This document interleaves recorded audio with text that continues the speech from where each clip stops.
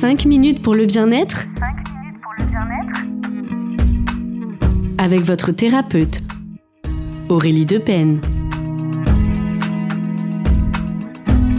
Bonjour à toutes et à tous et bienvenue dans 5 minutes pour le bien-être. Aujourd'hui, nous abordons un sujet profond et parfois difficile, le pardon. Pardonner, ce n'est pas oublier ou excuser ce qui a été fait. C'est choisir de ne plus porter le poids de la douleur, de la rancune ou de la colère. C'est un véritable chemin vers la libération intérieure. Mais pourquoi est-il si difficile de pardonner? Et comment peut-on y parvenir? Prenez un moment pour vous et explorons ensemble ce chemin. Pourquoi pardonner? Le pardon, c'est avant tout un cadeau que vous vous faites à vous-même. Quand vous restez attaché à la colère ou à la rancune, c'est comme si vous buviez un poison en espérant que l'autre en souffre. Cela vous épuise et vous enferme dans une douleur continue. Pardonner, c'est vous libérer émotionnellement de ce qui vous pèse, reprendre le contrôle de vos pensées et de vos émotions, créer de l'espace intérieur pour la paix et la sérénité. Mais attention, pardonner ne signifie pas excuser un comportement ou renouer une relation toxique. C'est une démarche personnelle pour vous et non pas pour l'autre. Pourquoi est-ce si difficile? Pardonner peut être difficile pour plusieurs raisons. La peur d'oublier ce qui s'est passé. On confond souvent le pardon avec l'oubli. Mais pardonner, c'est se souvenir tout en choisissant de ne plus souffrir. La croyance que pardonner affaiblit. En réalité, le pardon est un acte de force et de courage. L'attachement à la douleur. Paradoxalement, rester dans la colère peut donner un sentiment de contrôle ou de justice. Mais à long terme, cette colère devient un poids qui vous empêche d'avancer. Je vous propose un exercice simple mais puissant. La lettre du pardon. Prenez une feuille de papier et un stylo.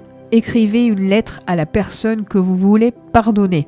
Expliquez ce que vous ressentez, ce qui vous a blessé, et terminez en écrivant « Aujourd'hui, je choisis de me libérer de cette douleur. Je te pardonne, non pour toi, mais pour moi. » Vous n'avez pas besoin d'envoyer cette lettre.